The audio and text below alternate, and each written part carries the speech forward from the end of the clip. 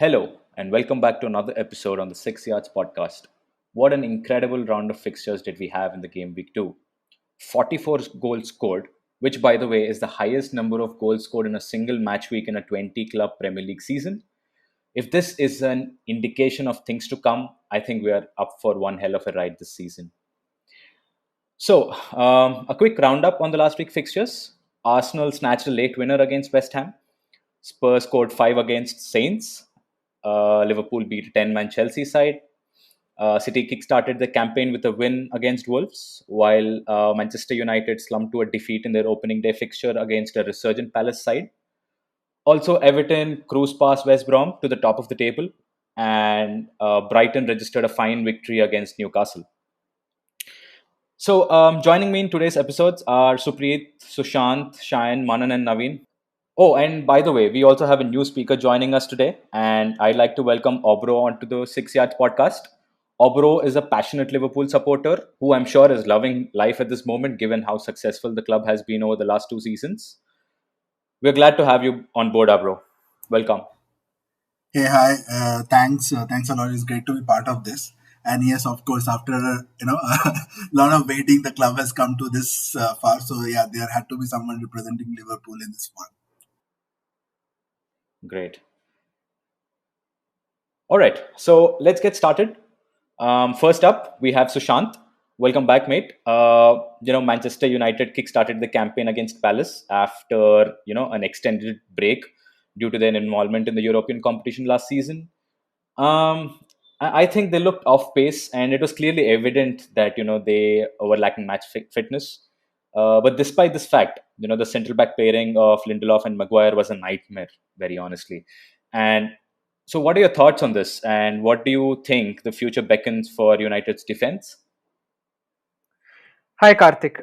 First of all, I think I would like to correct you there. I do not think the team has yet kicked off. I think they forgot their shoes, their footballing brains. I don't know what at home, right? That performance was abysmal. Uh, yes, there are certain caveats to why there are excuses you could make, right? But at the top level, at the end of the day, you have to perform. Uh, with regards to the centre back partnership, there are a few things on my mind here. So first of all, I'll just head back and I'll lay out some quotes that were made pre-match. Right, some of them were by Solskjaer. Then there was one from the Sweden boss during the international break.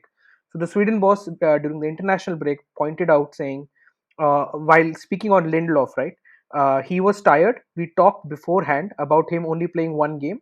After the game against France, he felt very worn down. So this was in relation to why Lindelof didn't start the second international match for Sweden. Solskjaer, during his pre-match press conference, spoke on Bai, saying he's come back stronger and stronger. And towards the end of the previous season, he looked really strong. He's looked really good in training, strong in training as well this season. Also, he spoke about Paul Pogba, where he said that Paul's had a couple of training sessions, so he's lost out on a few sessions because of the virus. Now we know Paul Pogba dropped out of the France national team because he got stuck with COVID, right? So Mhm. we had these players who the manager, either it being Ole or the Sweden boss, had pointed out that they were either unfit for the first match, directly or indirectly pointing towards that, right? Uh, I have no idea why Lindelof started that match. There was no reason for Ole to start Victor Lindelof in that match. Uh, that being one, right? Victor Lindelof from the start, according to me, along with many other team players, looked offbeat from the word go.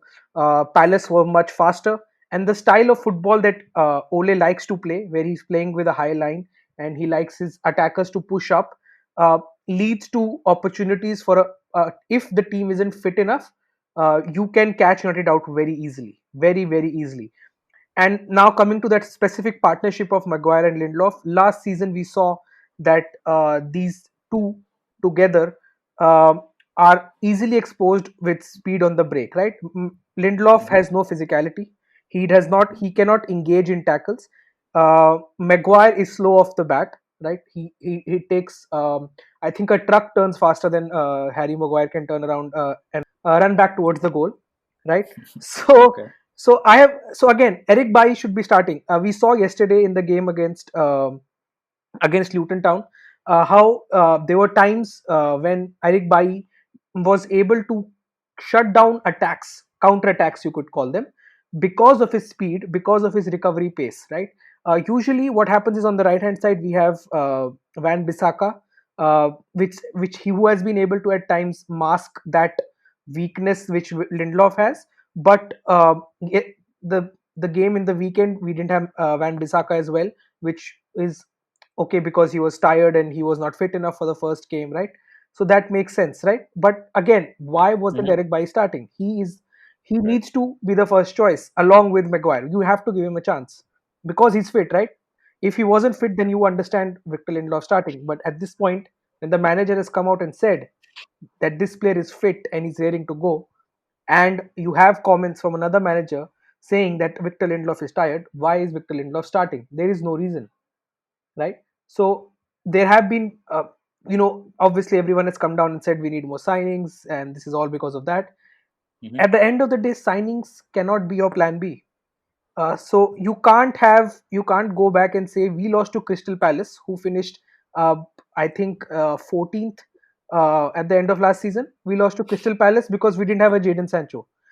Jadon Sancho wouldn't have helped us in the weekend.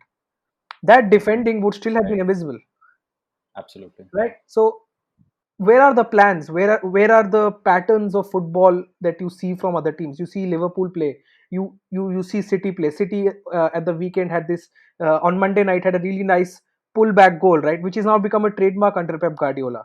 You can almost visualize whenever there's a player on the wing, there will be someone waiting to accept a cutback, and that's how Foden scored. These patterns of play that Liverpool have, that City have. You don't associate that with United at any step. There are moments when our attackers say, right, let's they turn up and then they do their thing, but where are the patterns? That's what overcomes you over during the day, right? Again, Paul Pogba, why was he starting? He was not fit. He had COVID. He looked tired from, I know his body language does, you would say his body language says that he's always tired, but on the weekend he looked worse off. Van der Beek was fit. He played the game against Aston Villa. Where was he? Why wasn't Lindelof starting? Sorry, why wasn't Lingard starting? He was fit. Again, against Luton Town, he seemed far more fitter than how much Rashford or Martial or even Daniel James felt, right? Again, so there were some baffling decisions, and it just didn't make sense when that lineup came out. Hmm. Great. Sorry for Absolutely. that. Oh, got it. Okay, Sushan, now let's talk about the handball incident, shall we? Yeah, For me, I felt it was a bit harsh, but it is a clear pen as per the new rules, yeah, right? You can't deny that. However, what's interesting is, Gabriel's handball, it also looked like a clear pen, but it was not given. All right, and if you also look at Doherty's incident against Southampton, yes. it was not a pen. I mean, if you read the rules, any referee in the right frame of his mind, even after reviewing, should not give that a penalty. Okay, these inconsistencies in the decisions are becoming frustrating, right? So, what are your thoughts on that in general, Sushant? So I think a lot of people have been quick to blame VAR for all these issues, right? But I think, as you pointed out yourself, the primary issue here is the rule itself, right? The current rule states that it is an offense. Handling the ball is an offense if a player touches the ball with their hand or arm when they have either made their body unnaturally bigger, right, or their hand or arm is above or beyond their shoulder level, right? Right, Now, the right, above offenses apply even if a ball touches a player's hand or arm directly from the head or body, which includes your foot, of another player who is close. So, as per the rules, right, uh, the Doherty incident was a foul, hmm, okay, because his hand was in a slightly unnatural position, and right, uh, it went off. If I'm not wrong, it went off Wink's foot, right, and then it hit right, Doherty. exactly. Right Mhm. now, that's fine and all, right? Again, as we're saying, that's the law. A referee can't do much than just simply apply the law, right? So again, that's Mhm. not his fault, and the VAR can't do much about that, right? Mhm. Now, my question is, in and which you again pointed out, is that it does not make sense. There is no sense where a Doherty incident or a Lindelof incident is a handball. In the case of Lindelof, in fact, if if if someone who has played football, right? So you and me have played football. If you see that video in a normal frame without slowing it down, you would notice that his hand is in a pretty natural position for a player who's running back, right? Who's turning and running. Exactly. It's not Right. like he's trying to forcefully stop the ball. So then we go back to why all of this was introduced. Why is there this accidental handball becoming an issue? And Keeney would love to know about this, was that one of the one of the reasons why this came about was when Arsenal scored at, I think if it was against Burnley in 2016, where Koscielny's injury time winner came about when he accidentally hit the ball with his hand. When the ball hit the hand, even though Mhm. he knew nothing about it, right? He didn't know about it and it went in. So this is where that Right. comes from. Now it Mhm. makes sense to penalize accidental handball when it leads to a goal, Mhm. right? That Right. I'm still fine with that. But why are you penalizing defenders for accidental handball, right? Uh, the At the end of the day, the rule needs to go back, especially in a defensive point of view, and it should simply state, if there is a handball which is not accidental, right? So someone purposefully tried to stop a goal, you give that a penalty and you foul the player, and you give a card, whatever. But Mhm. accidental handballs need to be removed from the game. Mhm. Okay. Yeah, that's my point of view. I do not think accidental handballs have, at least on a defensive point of view, have any sense or gay there, right?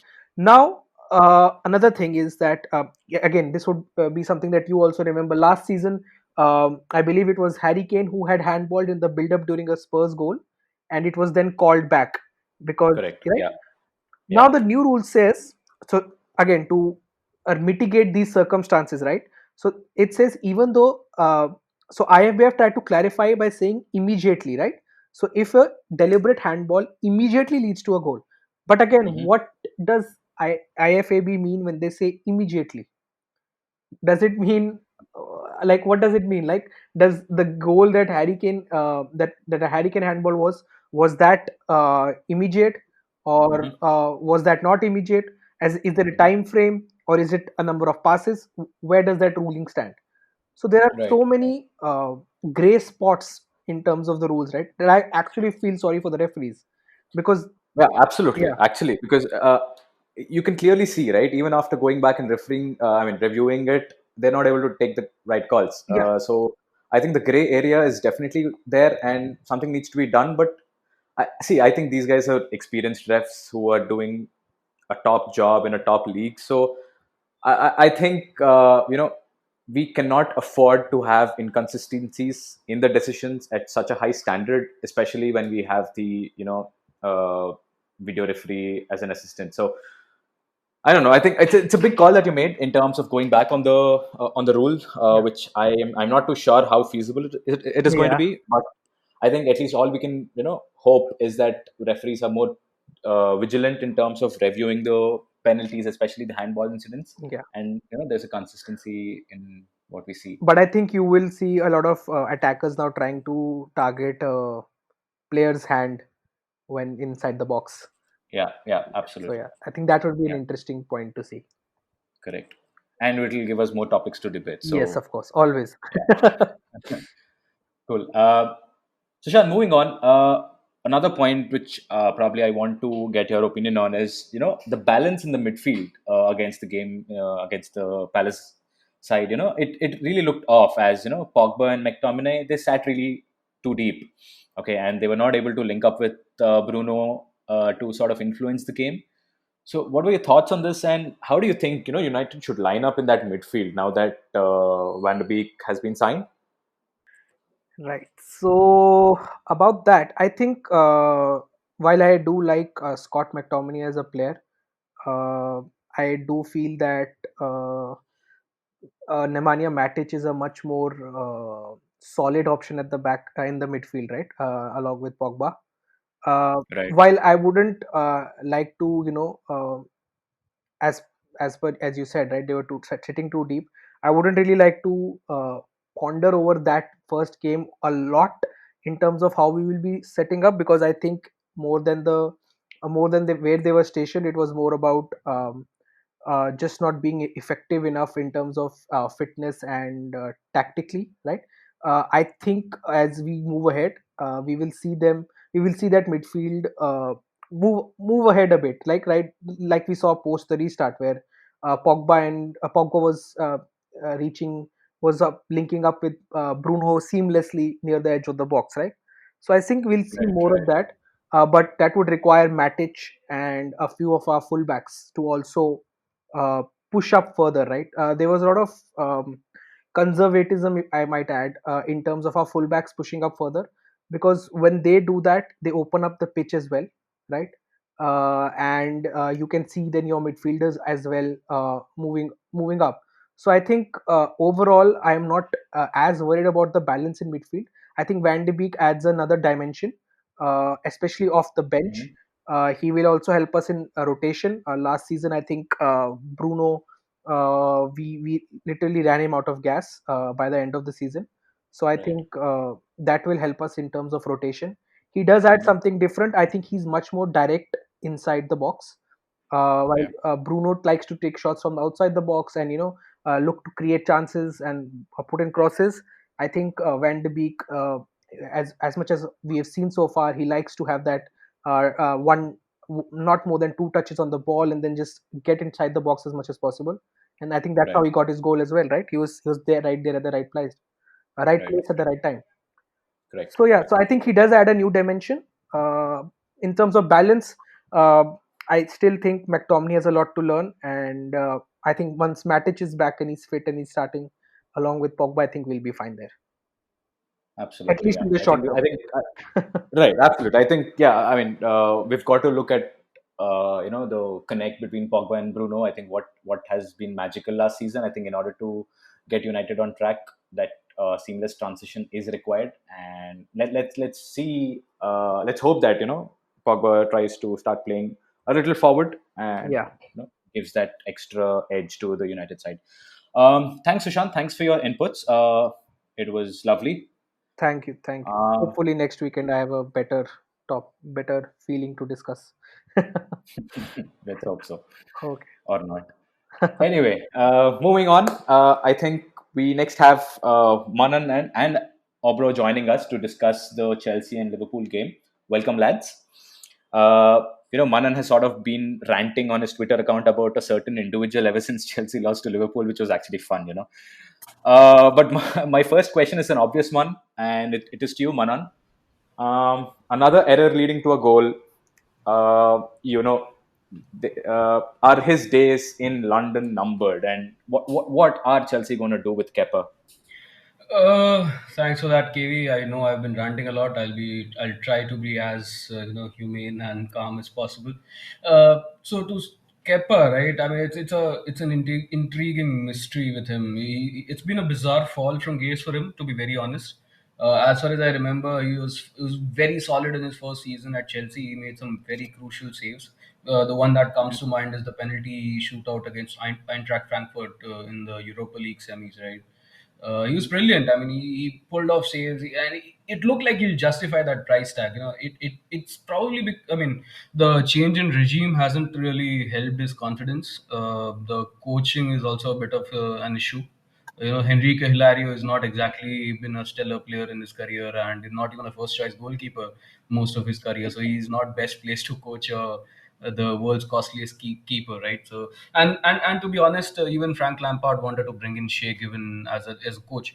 But to answer your question, whether his days in London are numbered, I really don't think so. I mean, I don't see Kepa being in Chelsea goal anytime soon, especially now that we've signed Edouard Mendy. It's confirmed. So I don't Mhm. see him starting anytime soon. However, it'll be incredibly difficult for Chelsea to offload him, considering we offered him a 7-year contract, Absolutely, yeah. and even more difficult to get. Riku even is 50% of his transfer fee, right? So nobody's going to Correct. pay that in this market. So I wouldn't be surprised if Frank keeps him around, maybe for cup games, maybe as just as a backup. But yeah, I certainly don't see him starting for the club anytime soon. Right, right. But don't you think a loan move would be wise for him at this stage, and Chelsea for that matter? It would. It certainly would. But at the end of the day, it all depends on because it's going to be a very congested season, right? So maybe Lampard has him to just compete for that number one spot because I do believe that there's a good goalkeeper in there somewhere. He may have his Mhm. share of critics and banter all across social media. That's usual. That's normal. But I do Mhm. believe that he does have there's a good goalkeeper in there somewhere. So maybe Lampard sees that in him. Maybe he wants to compete with Mendy for that number one spot.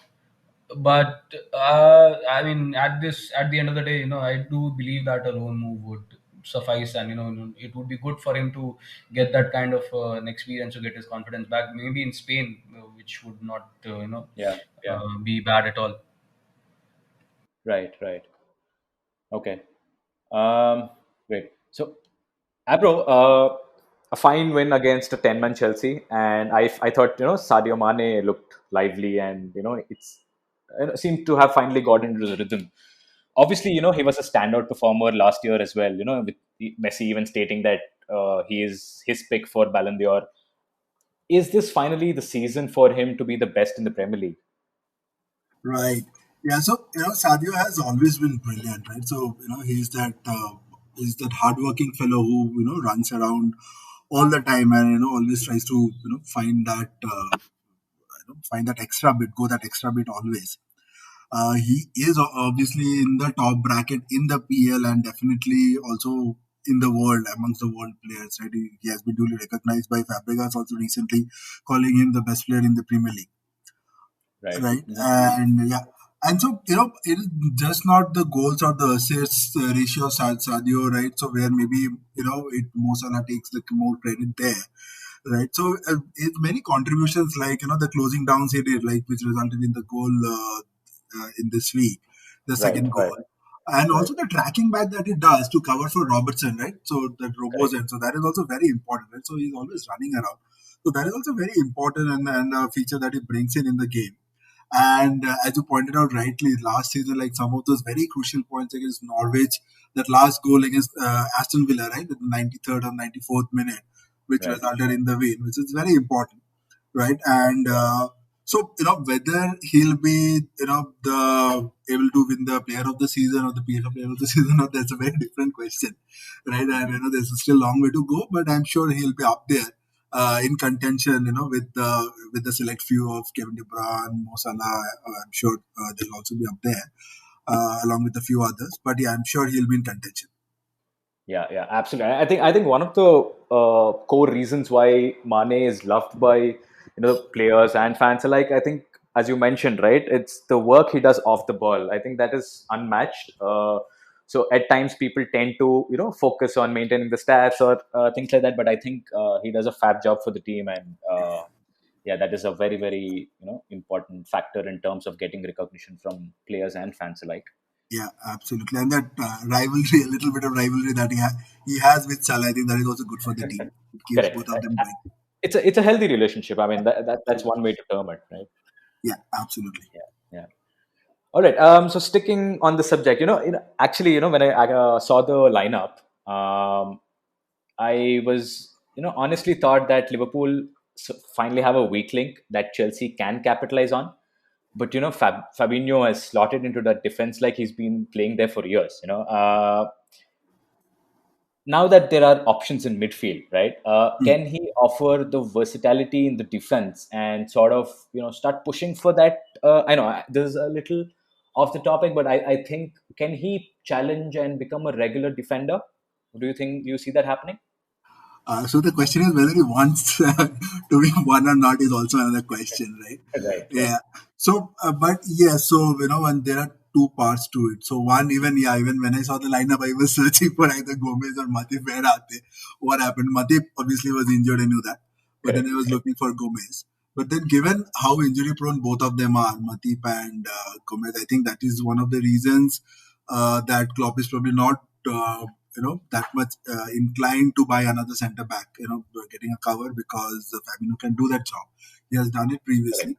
Yeah. And whether Klopp decides to pull a Mascherano in Barca, where they converted him from a central midfield to a defender, whether he's going to do that or not is another question. But obviously he can do the job. And what he definitely has, which helps, is a good defensive mind, right? Because he plays in that blocker position where breaks up attacks, and Liverpool playing such a high line that also Yeah. he's almost playing in his natural position, right? Because Correct. Correct. most of the times with the wing backs going up, it is Yeah. he comes back covering the defense, right? Most of the times Right. Right. with Matip, Van Dijk and Matip going to the sides, he comes back in the slots back into the midfield defensive three kind of a position, right? Correct. So he definitely is an option, and Mhm. especially with now Thiago coming in, there's a lot of options that Klopp can play around in the midfield.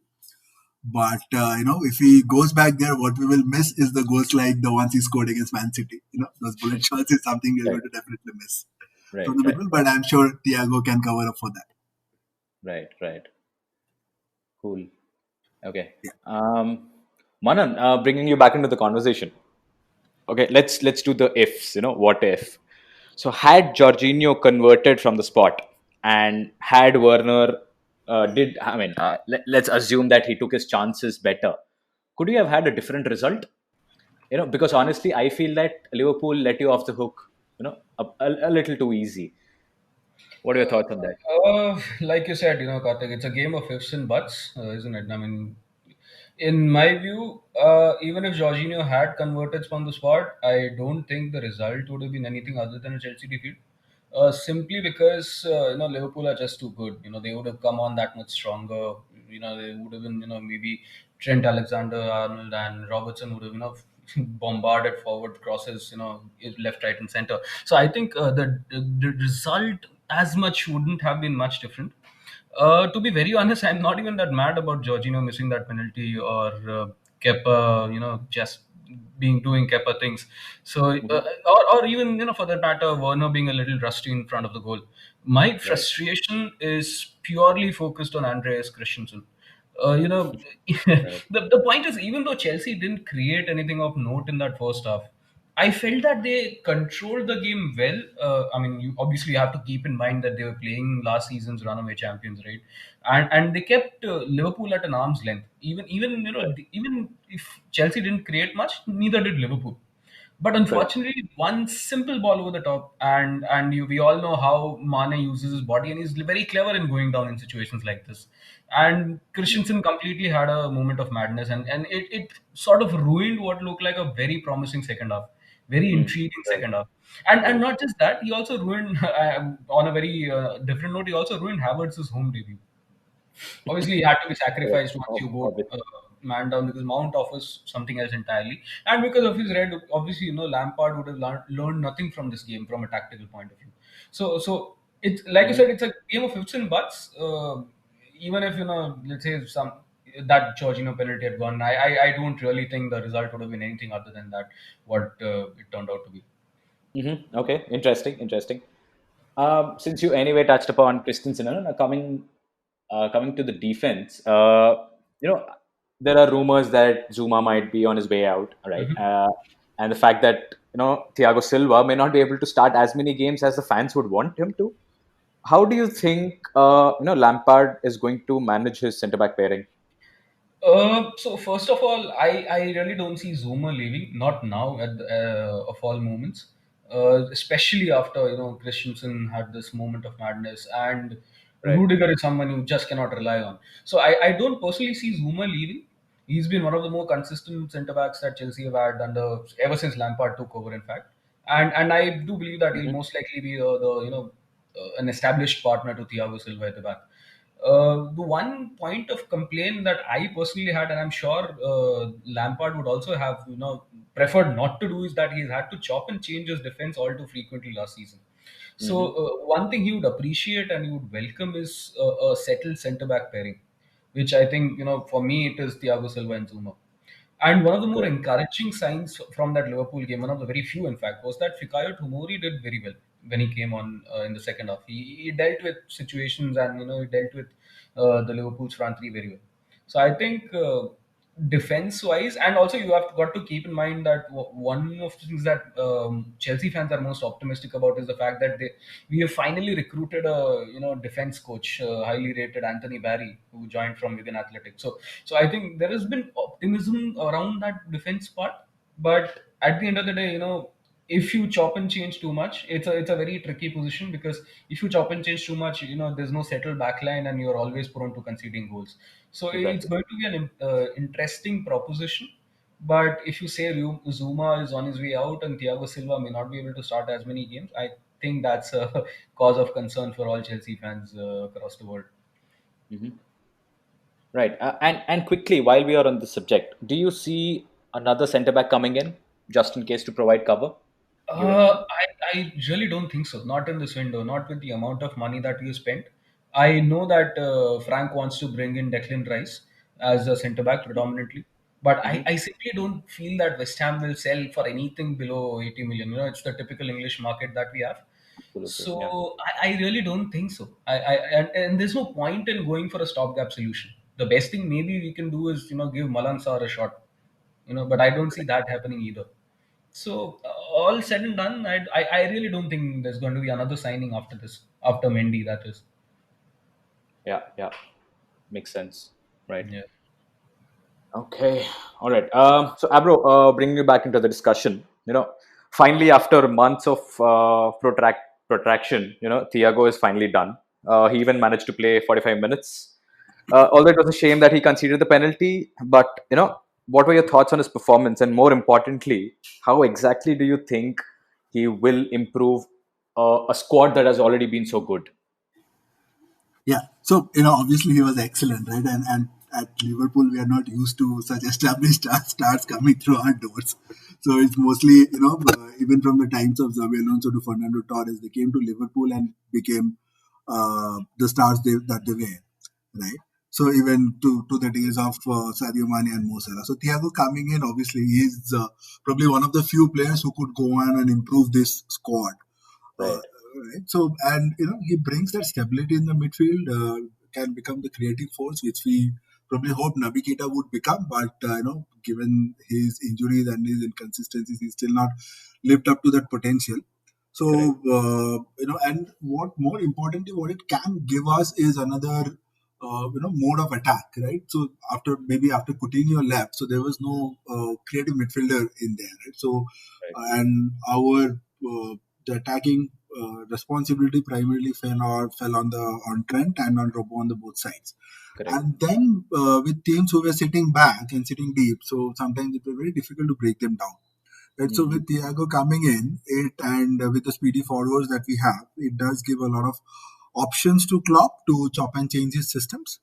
So that is on the playing side, and also one more thing that I'm sure Thiago is going to bring in is that winning mentality. Right, he has won a Yeah. host of trophies in his Barca and in his Bayern days. He's been a Hmm. serial winner. And then Right. for this Liverpool team, right, young team starting to win some silverware after a very long time, the weight of their shoulders have gone. That monkey of the back of winning the Premier League is gone finally. Correct. But Correct. to win a trophy once is, obviously is good, but keep winning it over and over again. It requires a different mentality. I'm sure Thiago is going to help on that with his continuous winnings that he experience that he has it with Bayern. I think that is a very different and an important aspect that Thiago is going to bring into this team. Yeah, yeah. I mean, you can argue that the title-winning Liverpool team. What was the one thing that you could improve? It was that midfield.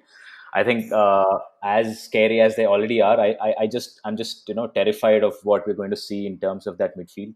And yeah, I think this team has the potential to go on to be on the record books. Let's hope it doesn't, Hopefully, but yeah, that is what it looks like. Yeah. yeah. Hopefully, let's see. Fingers crossed. Right. Now, Abro, moving on from one signing to another, Diego Jota. Wow. I mean, that was so quick and it was so completely under the radar. I was a bit surprised. I still am. I'm still a bit surprised with the signing because he's just 23. He was excellent last season for Wolves. But do you think he'll push for a spot in the starting 11, or will or his appearances be limited to the bench? Right, so yeah, it was completely under the bench, right? The Diego Jota signing. Even I mean, I think something similar happened with the Fabinho signing as well, right? Right after that loss to Real Madrid, I think after just a couple of days, he was announced out of nowhere. Right. So Jota, he is a typical FSG signing, right? You buy them young, help them grow, help them develop, right? So something similar happened when Mane came in, right? I think he was of the similar age when he came in. He was a brilliant player. He was a good player at Southampton, but he was inconsistent, right? So and then Klopp helped him reach the player that become the player that he is today. I think Jota is in a similar mindset or a similar place where he comes from. I It'll Mhm. be a little difficult for him to break into the lineup right now, but he'll be the first backup, of course, and I'm sure he'll be a huge uplift on Origi, right? Who, Right. though being the cult hero, is not Mhm. that consistent and not that great a backup, right, in terms of a goal threat Mhm. or the effort that he puts in. But Mhm. I'm sure he will be given the time to bed in Jordan, like most of the other players are, right? So and he Right. will Right. he will definitely play the cup games and all. And also another interesting fact that these players, Mane, Mo Salah, if you see, I mean they are almost completing 4 years now in Liverpool, right? Right. So Right. I'm sure it's very rare these days to have players like Gerrard and Scholes and Lampard who will spend their lives in one club, Right. right? So I'm sure they'll like to move on to some new pastures, and that is where getting these younger players, helping them be a part of the team, understand the ethos of the team, help them bed in. I think that is going to definitely play a part. Maybe if not next year, the year after that, if one of these guys leave, then he can definitely take that place. I think that is going to be a very important aspect. And Mhm. as you mentioned, Jota, along with Jota, one more player that I would really want to see get opportunities is Minamino. Mhm. Right. We really loved him playing against us. So I would really love to see him get more opportunities. He has got that period of development of 6 7 months. He looked really promising in the preseasons. So I think between Jota and Minamino, they should get opportunities, and hopefully they should be making most of the opportunities that they get. Mhm. Absolutely. I think with the signings of Minamino and Jota, it's more of a future planning. Yeah, I think FSG are very smart in that sense. I mean, you saw what can absolutely horribly go wrong if you don't refresh the squad with Spurs, right? So I think they probably already are planning a year or two down the line. But yeah, let's not be quick to judge these guys on a year or two. But I think a lot is going to depend on how they are integrated into the team. So yeah, but exciting prospects. Yeah, absolutely. yeah, yeah. Interesting. Manan, so obviously a lot of debate is going on as to what is Kai Havertz's best position, with a few already getting frustrated, which is very surprising. But again, should Lampard change his current formation to get the better out of him once he's completely integrated into the first team? Social media fans can be fickle, can't they? So the best quality about Havertz is his versatility. His nickname back in Germany is Alles Kona, which literally means an all-rounder. That being Hmm. said, the limited amount of games that I have actually had the pleasure of watching Leverkusen over the past season and the one before that, I have this feeling that his best position is centrally, as an eight or a 10. In that regard, as an eight, he'll be learning from the best in the business who's been there and done that in terms of making those late darting runs into the box and scoring those goals from midfield, right? So there's no better to Right. learn from than Frank Lampard. About Lampard changing his formation to accommodate Havertz, I think that'll eventually happen anyway. When you consider the likes of Ziyech and Pulisic, who will come back from the injury and back into the squad, back into the starting 11. I think they are more natural wingers who provide the width. So Havertz doesn't at this point in time. I think Lampard doesn't trust Callum Hudson-Odoi enough to play him in that position. That's why you're seeing the likes of Havertz and Mount flanking team over now. So once Right. Ziyech and Pulisic are fit and back into the team, I think we'll see a more natural 4-3-3 with two number eights.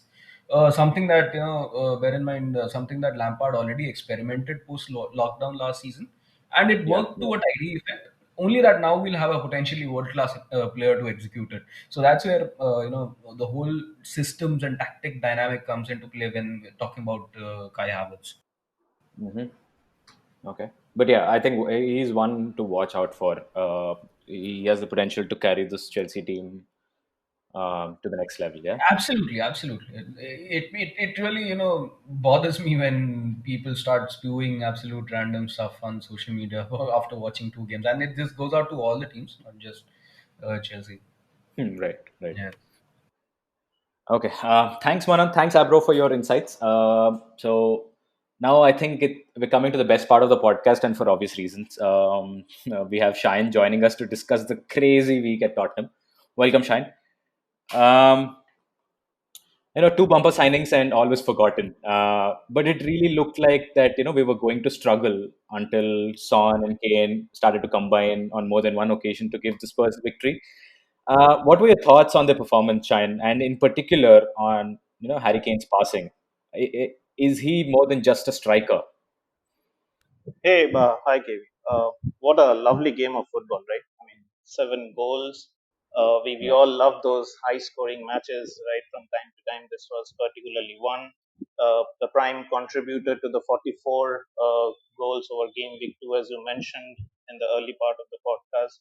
So, yeah, I mean, brilliant. It was brilliant to see the attacking combination between Kane and Min Song.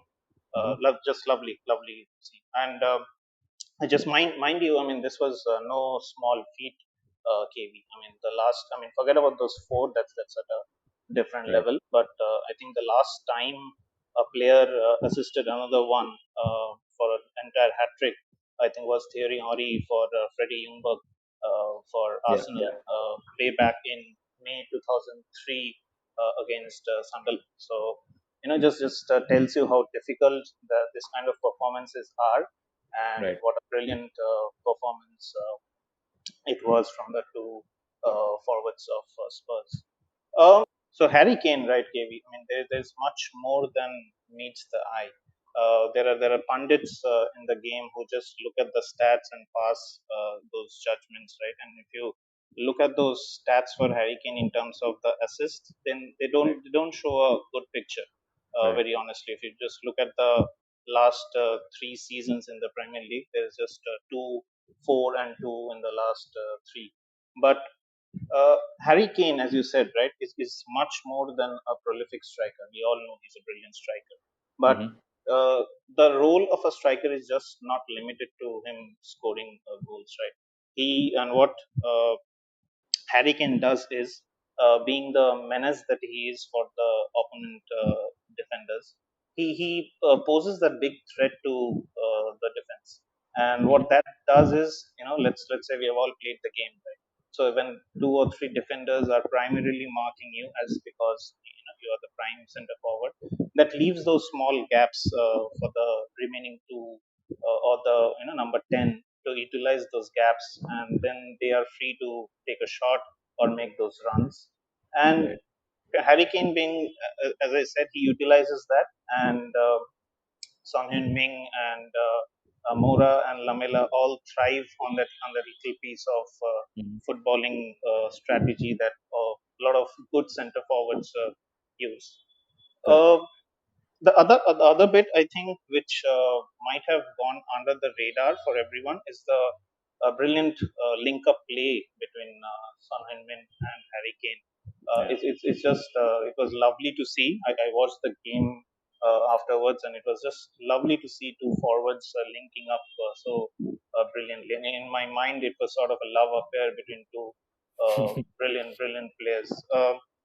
There are times in a football match when I think we have all seen some great forwards over the timeline that we have witnessed football, and and there are times when two attacking players, they sort of have this chemistry between them, where you do not have to look up for that pass, or you do not have to wait for the other player to make those runs. It's sort of an inherent quality that both of them have, because maybe they're buddies of the field, or they practice a lot, or whatever may be the reason. But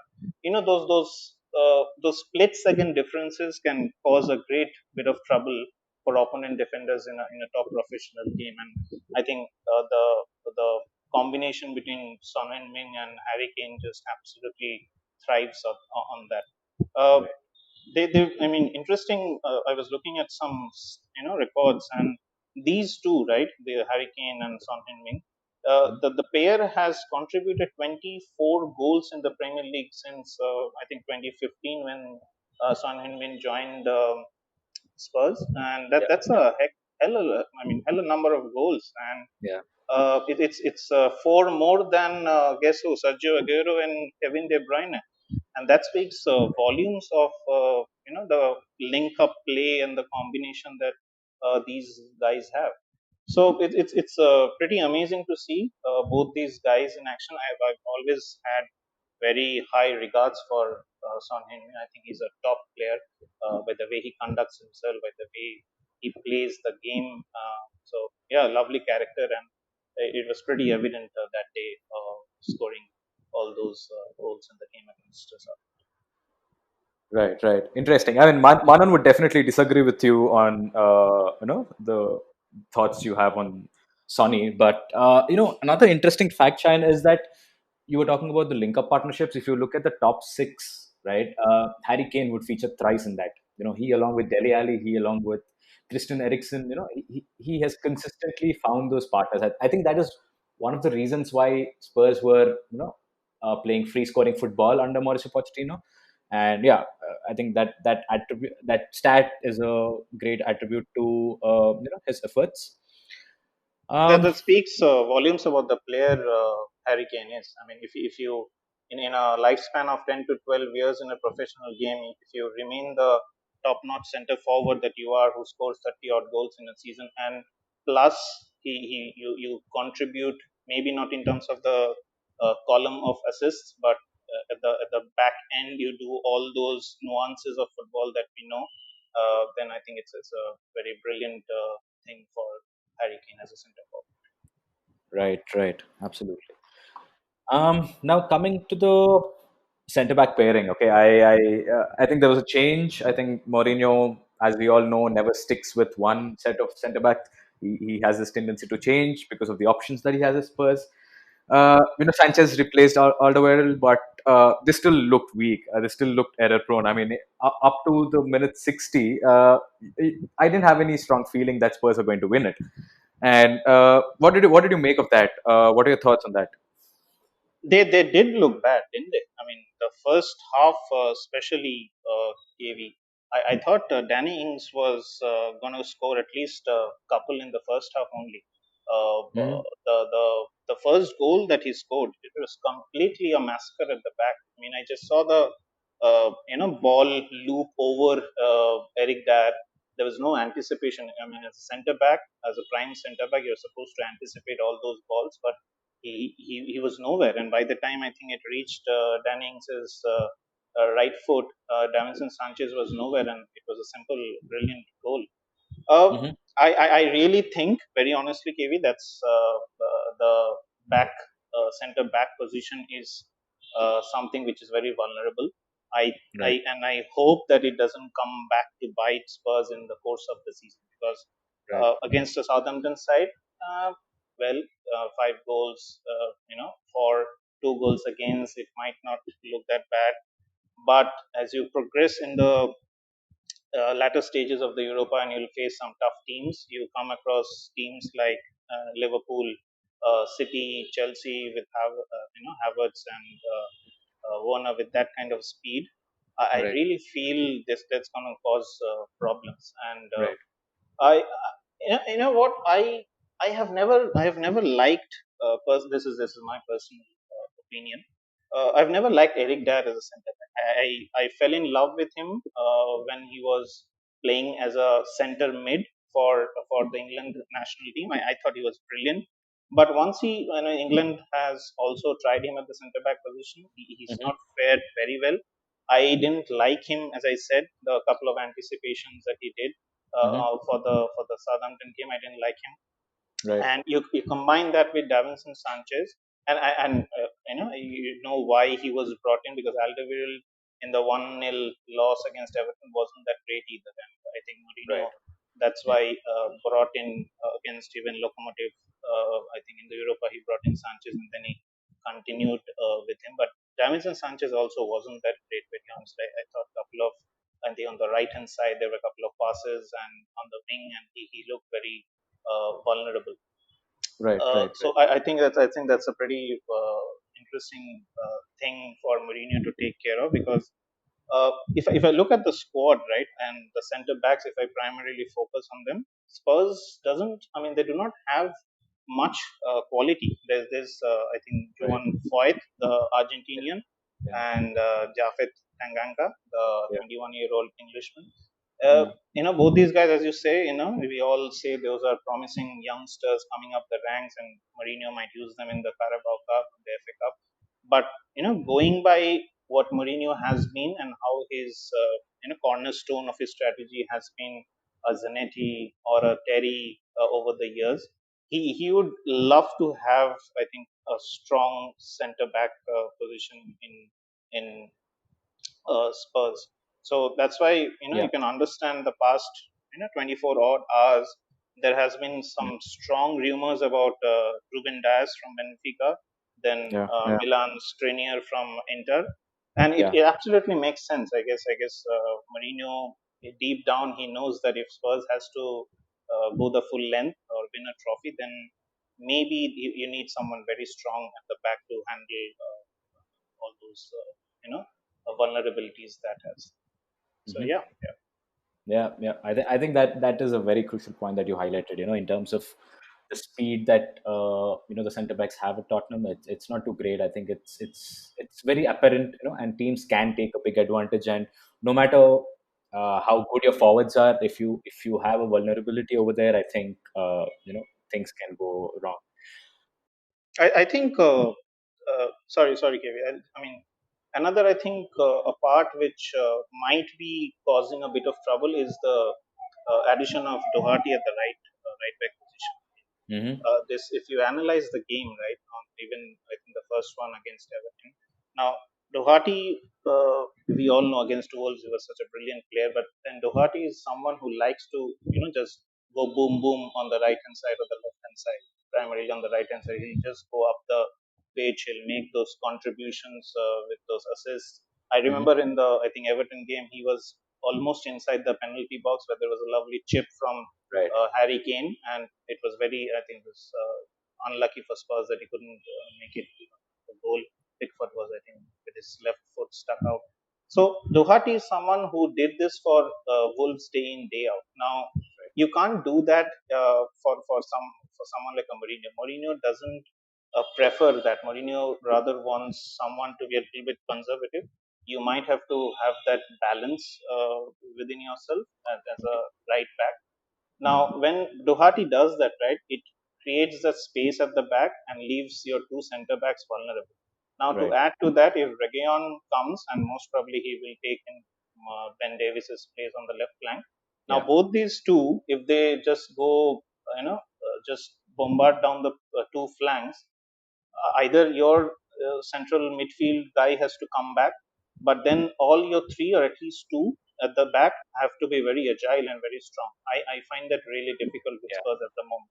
So those gaps, which the two right wing back and the left wing back, that they are Yeah. going to go ahead with and do that positioning, that is going to create problems for Spurs against big teams. They are definitely going to utilize those spaces. Right. You brought up a very valid point because my next question to you was on that. Given that Reguilon and Bale have been signed, considering Bale is not the same guy who used to keep running down up and down the flank, uh, and the fact that Doherty and Reguilon like to push forward. So do you see any change in the system that the Mourinho's team would play? Because traditionally he was very is very strict in terms of how his players should be in terms of position. So he has this very rigid stake. So do you see this particular team playing in a different style so as to get the better out of all the players that they've signed? Not really, KV. I don't think it will require a change in formation. Mourinho, as a coach, I think he's a little on the conservative side, if I can call it. He's there are a lot of journalists who call him stuck in the past, and he hasn't done what other coaches might have done as football has progressed in the modern age. But if you look at the setup, right, for Spurs over the last three games, and I'd like to highlight the last two against, I think, Lokomotiv Plovdiv in the Europa and Mhm. Southampton. They played, I think, a 4-2-1-3 in the Europa and then a 4-3-3 against Southampton. And in both, I think you have your back four, and then Sissoko and Hudger, they were there, and then Lo Celso, and then Son Heung-min, Kane, and Bergwijn. And against Southampton, I think it was Ndombele, Højbjerg, wings, and in front three of Mora, Kane, and Son Heung-min. Now, if you look at the two formations, right, and 4-2-1-3 and 4-3-3, then if let's say if Reguilon and Bale both come in the same game, then Reguilon is a pretty no-brainer. He takes Ben Davis's spot. Now, Bale, what Mourinho can do with Bale is, and with Bale how he has played in Madrid over the past year or so, or before that, sorry, he wasn't playing for Madrid. It's a shame. Um, he pretty much played on the right flank, right, and used to come in with those lovely turn-ins, and then used to use his brilliant left foot. Now he can play as a number 10 also. He's played Mhm. Right. up top also with Madrid. So Yeah. that front line he can play anywhere. But I think Kane will obviously play as the proper center forward, and then on the both wings you can have Bale playing anywhere. So I don't see the need for Mourinho to change anything. Uh, but I think Spurs fans have to be pretty cautious and a little bit patient with Bale. Knee injuries, we all know football players take a lot of time to get back. You need that lovely comfort level with your knee, especially for someone like a Bale. Right. Who's been such an athletic player right from the beginning. So Mhm. it is. I hope he's back, because I really and genuinely feel he has a lot still to give to the game. It could have been any other club. Last year it could have been the Chinese club, but now that he's back to where he loves, and everyone says where he belongs, uh, it's going to be lovely to see him at his peak. Even if he performs at 70% of the last time he was there at White Hart Lane, I think it's going to be a cracker jacket of the season for Spurs.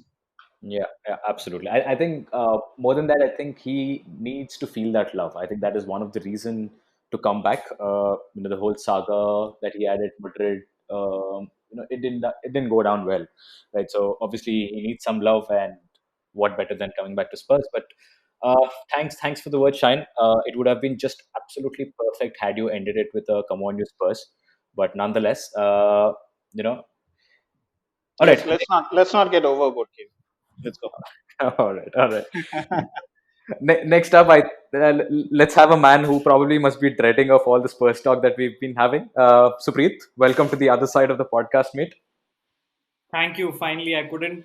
My ears are bleeding after listening to like 15, 20 minutes of Tottenham. It's finally over. So we can get started with some real football now. All right. Okay. So Arsenal, finally managed to claim all the 3 points against West Ham. But the performance was far from convincing as the visiting team looked more likely to score in the second half. What were your thoughts on the performance, Supreet, particularly in the second half? The defense, they were not trying to clear the ball properly. It was too Yeah. shabby, I felt. So what were your thoughts on that? We were very lucky to get away with 3 points. I thought it would end in a 1-1 draw, but we just managed to score a goal in the nick of time. Hmm. not just the second half. I think even in the first half, we were very sluggish. It seemed like we had forgotten all our shooting boots at Fulham. Mm-hmm. We were very slow from the start. It seemed like we had there was no cohesion in midfield. We started with a flat 3-4-3, and Kieran Tierney was obviously injured in the warm up, and that meant Right. Siad Kolasinac started, and he's a very limited player. Tierney definitely adds a lot more strength to the back three, and even in terms of going ahead, I think he's been very key to Arsenal. So typically we've either played Saka or Maitland-Niles Mm-hmm. on the left hand side, along with Tierney. Mm-hmm. And but with Kolasinac, it just collapsed, and from the that's the wing from which West Ham managed to score their goal at the end of the first half, right? Yeah. Yeah. I don't entirely blame Kolasinac for that. There was also Xhaka and Saka who really did not keep their eye on the ball. But nonetheless, we kind of looked very shaky at the back right from the second half started. I think Mm-hmm. um, Antonio came very close to scoring the second goal. It was an on the line save from Leno. In midfield, so what West Ham did was they started with a 3-4-3. They eventually shifted to a 5-4-1 when Arsenal were attacking, and that gave us very little room, primarily because we don't have a lot of pace in midfield. Ceballos and Xhaka are primarily central midfielders, and I wouldn't really expect them to bomb forward a lot. Right. So Right. we kind of struggled over there. Lacazette had to drop back and play a typical number 10 to get Mm-hmm. Aubameyang and Willian, um, into the play. But honestly, it just didn't seem to work out. So the second half performance, I think, was very sluggish. Yeah. I thought we at least played better in the first half, and it was like a get out of jail card when Nketiah scored in the 85th minute. Right. Yeah, Right. Right. and to add to that, I think it's a problem of us having to unlock defenses, and I think that's a problem that we've always faced at the Emirates. Teams just come and they like to sit. Correct. So that's what West Ham did. They had Masuaku who was actually on the left wing, but he was covering Cresswell on the left, and there Mm-hmm. was Ryan Fredericks who was covering Issa Diop on the right. That Yeah. that really gave us very little wriggle room. Mm-hmm. Saka didn't have a very good game. He's actually, he's played really well for his first season last year, but I thought he was a little off the pace this time. Yeah, honestly, I'm just happy to get the 3 points, because we don't want to lose, rather drop points against teams like West Ham at home. So, just happy to get the 3 points. However, whatever it takes, rather, right? Yeah, totally. I think it papered over some cracks, but I think Arteta has got a real problem on his hands, and it'll be interesting how he'll probably try to tackle and, like you said, unlock the defenses. Yeah, I mean, Um, if they play the same, if they play the same game they did against West Ham, mhm. this the coming match against Liverpool, I think we're going to get slaughtered by 4 or 5 goals easily. Yeah, definitely. Yeah, So yeah, I hope it doesn't continue. true, true. But on the flip side, I think Auba set up for Laka, who scored his 50th goal for the club. And do you think Arsenal are going to be over reliant on these two to deliver the goods throughout the season? Like you said, there is a little outlet for attacking creativity in the midfield. Okay, so are Arsenal going to over rely on these two to come up with the goods? I would have to say, unfortunately, yes. I don't see too many goals. Um, I think, what I mean to say is the majority of the goals will come from these two players. Lacazette scored 10 Premier League goals last season. Aubameyang obviously scored 22. Right, right. And apart from that, all the rest of our goals are just peppered around by the rest of the team. And I honestly don't see a third goal scorer emerging. I think Pepe. was an option. I was actually surprised that he didn't start both the games against Fulham and West Ham. Willian actually shown in the first match, which is why he was probably selected for the second game as well. Right. Um, but if Pepe can actually, start more games, get some more games under his belt, probably get a goal here and there, I think he can be a 10 to 12 goal player a season. Right. Right. Willian traditionally has been a player who scores 7 to 8 goals. But apart from that, I honestly don't see a lot of creativity. I think Nketiah is going to be, on the substitute bench for most of the time. I don't see him starting a Correct. lot of games. Yeah. Probably in Yeah. such situations, you might want to get Nketiah on and probably add him as an additional attacking option, and maybe he'll chip in with a few goals. But honestly, there's not a lot going on in the midfield unless we sign probably someone like Hassan Mawar, which I've been hearing for the longest time. Right. Yeah, I'm actually tired of those rumors around Partey and Mawar. I've been hearing them for like 2 3 months, Yeah. and honestly, nothing's moved. So unless we sign another actual creative outlet, Yeah. I think we're going to we might struggle to replace either Lacazette or Aubameyang if one of them gets injured, right? Right.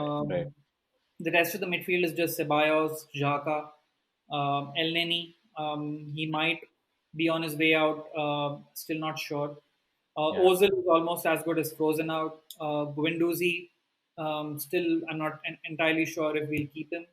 He might go Hmm. out on loan, and even if he does stay, he's going to be a part-time, bit part player. Right. Apart from that, there's a couple of youngsters like Willock and Nelson. I don't see them starting a lot of games either. So, Hmm. yeah, I think Aubameyang and Lacazette are going to score majority of Arsenal's goals this season. Right. Right, right. I know. I mean, they're very good bets for FPL. I think, which is one of the very strong reasons why a lot of people have them on FPL. But I think more than Partey, Mm. Evar seems like he's required at Arsenal at this moment. I know Yeah, the links have been strong. They've been been there for a really long time. But I think Arteta is going to push for it. I have a very strong feeling that if I know price in this market is going to be a big deal. But if at all he can be signed, I think he is the key yeah, to the midfield, and he's going to be another attacking intent, and he could take that burden off Auba and Laka. So because I mean, considering the number of fixtures, yeah. it is very risky. It is really risky to rely on just two people, and what if they're injured and the whole season, which actually people are giving Arsenal a decent chance to finish in top four. So you do not want True. an Yeah. injury to hamper that whole the Yeah, progress.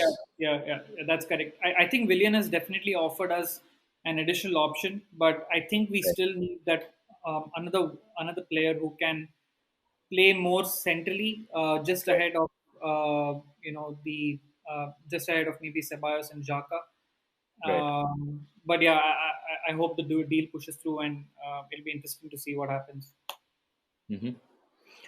Okay. Now moving on to a player whose situation I feel I don't. It's very strange. Maitland-Niles. He was on the bench after an impressive display against Fulham. Yeah. Yeah, he did come close to leaving Arsenal. With Wolves reportedly interested. So, do you really think he needs to leave in order to get the playing time, or given his versatility, can Arteta conjure up something and start using him wisely? Um, I think unfortunately for Maitland Niles, what has happened is so he's played over 100 games now for Arsenal. But what has happened is he's mostly played as a squad player. Right. He's had to fill in at right back and left back. Though his position for the youth teams have always been in the center of midfield. He played his typical position as a defensive midfielder, Right. but Right. he's just not gotten that chance. I think if Maitland Niles honestly feels that his position is central midfield, and if he wants to cement that place in a Premier League club, and if say someone like Wolves is going to offer that to him, I think he should take it, because I honestly don't see Mikel Arteta playing Maitland Niles Hmm. in the center of midfield. I think Maitland Niles is a solid squad player. I would hate to see him go, Yeah, yeah. because whenever there's been an injury, whenever there's been a spate of injuries for Arsenal, he's filled in and he's been very reliable. He's been played out of position at left back. He's still been very steady. He's decent at the he's decent with the ball. He can bomb forward a little bit. Doesn't score goals though, but yeah, I think he's a pretty solid squad player. I would hate to see him go. I think any Premier League squad would love to have a player like that on the substitute bench, right? Yeah. So yeah, I mean, honestly, I don't see Arteta considering him as a starting 11 player. He's more of a handy squad player. Hmm. But if Maitland-Niles feels there's a Premier League club that's going to give him the chance to play in centre of midfield, and if that's where he sees his future at, I think he should jump on that opportunity. Right. I mean, he's a homegrown player, so there's definitely going to be interest for him, and he's going to fetch a good fee, even in this market. So yeah, I don't know. It might it might actually be possible for Arteta to go and get his player that he wants. Yeah. So yeah, it actually makes sense. Yeah. But the interesting thing is, so you mentioned that Maitland-Niles is a homegrown player, and right now the squad is kind of bloated. We have like a ton of defenders, most of them who are injured. Hmm. Um, I think we need to offload a couple of foreign players in order to be able to balance the squad before the season. I Right. mean before the transfer window closes, right? So I think Absolutely. we will keep Maitland-Niles unless there's a late Mhm. bid from someone else. Correct. Correct. True. True. All right. Thanks for the insight, Supreet. It was fun. So, moving on to Manchester City and the first impression of things from them this season, we have Naveen joining us for a chat. Welcome, mate. Hey, hi. Hey, so Naveen, with key players either being injured or ruled out due to medical reasons, what did you make of Arcane Stones in defense with Rodri and Fernandinho sitting just in front of them? So true. In fact, before the start of the first match, me as well as most of the City fans I had interacted with on social media, we were very nervous because of the way the season had ended for us, and Hmm. we did not have any practice games before the first match, Right. and we were expected to miss a few key players, and also we were playing against Wolves, with whom we have had a rough patch in the last few seasons. I mean, they had scored a double against us in the last season itself. Yeah. Yeah. But They were your bogey team, basically. yeah, Yeah. yeah, yeah, definitely. And but the good part about this City side is, in spite of some key players missing, we had an equal number of key players on the pitch. So, it was nice to see John Stones playing full 90 minutes and not making Right. many mistakes. Though his lack of pace is still clearly evident, I'm actually surprised that he started as a right back initially in his career. And then Hmm. someone thought, no, he should be a central defender rather. So I think it was a good decision in hindsight because the pace is clearly missing. I don't know how he would have been a good right back at this stage. Right. So that was good. And also, Ake seems to have adapted already to City style of play, and he Mm. made some really crucial tackles in and around the box. So which was nice to see. True. Right. And we did not expect, actually, a few weeks before the season began, we did not expect Fernandino to even start, considering this Yeah. would Yeah. probably be his last season, and he's already 35. But he Correct. was given the captain's armband and he was chosen by the players and the staff almost a week before the season began. So it was good to see him on the field, and he was not playing in his makeshift role of a central defender. He was playing in his original role as a central defensive midfielder. Yeah. And he, along with Rodri, they were very instrumental in stopping some crucial attacks by the Wolves midfielders. So, all in all, it was not a great performance defensively, but it was a good enough performance and some positive things to take from. So, yeah, Correct. Correct. Yeah. Basically, they are the ones who's going to shield the defense. So I think on that bit they did a fair bit of job, right? yeah. Yeah. Okay. All right. Now coming to the second half performance, Naveen. So there was this sustained pressure from the Wolves side even before the goal, right, which was scored by Jimenez. Yes. They created quite a few opportunities, but their finishing let them down. But it highlighted the fact that City are vulnerable.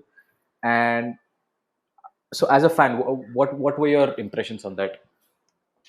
So in the second half, especially when they started creating too many chances, in fact, we were Hmm. very fortunate that they did not score most of the. I mean, they scored just a goal because at one point of time, it easily looked like it would have been a repeat of what happened in the last season at the Molineux, wherein Right. we were 2-0 up and they eventually scored 3 goals and they won the match. But Correct. yeah, again, we were very fortunate they missed their chances. And one key weak link which was highlighted clearly was Benjamin Mendy on the left. So Yeah. Traore was Exactly. very easily able to pass him very often. Hmm. And in fact, post 70 minutes or so, even Sterling had to track back as soon as Traore was ready to charge. So, Yeah. and that was one of the reasons Sterling was actually taken off at around 82 minutes and Torres was brought in so that there could be some fresh legs on that flank. Correct. Correct. So we have to be really careful, and I'm sure other teams will see this and try to take advantage of Mendy's lack of pace and lack of reflexes at times.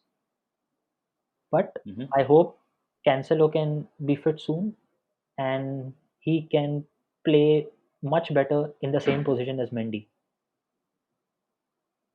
Right. So Right. Mendy was Yeah. definitely a weak link because most of the chances were created on that flank, and even the goal scored was started from that flank.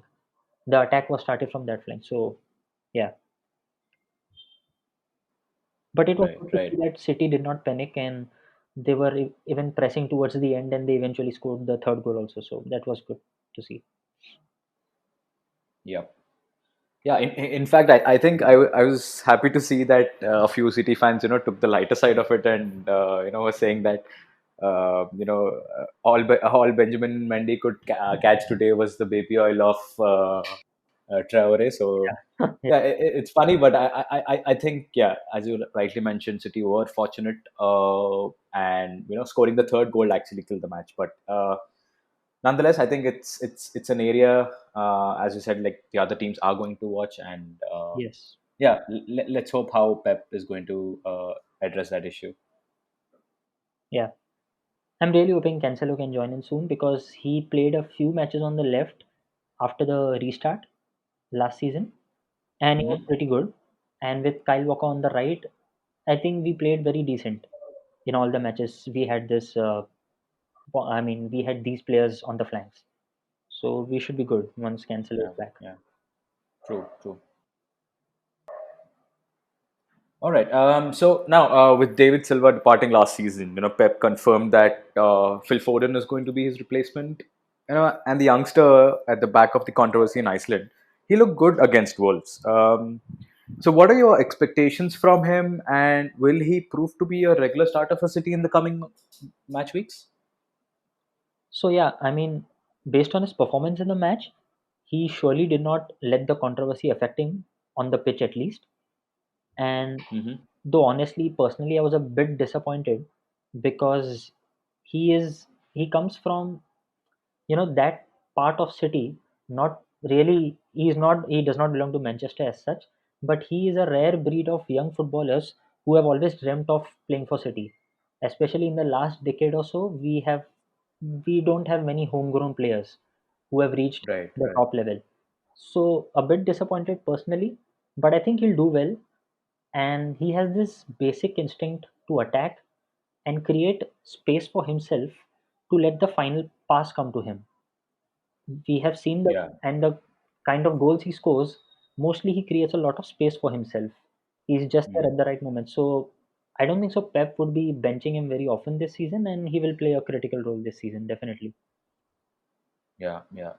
Surely. I mean, for City as well as the national team, I think he's an asset, and it's going to be interesting how the season will unfold for him. Yeah.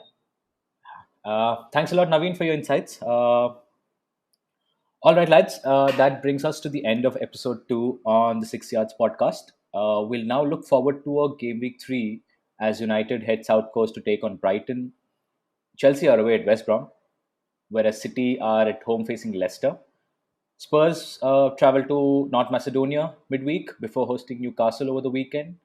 And we have another massive fixture for game week 3 as Arsenal travel to Anfield to face the champions, albeit on a Monday night.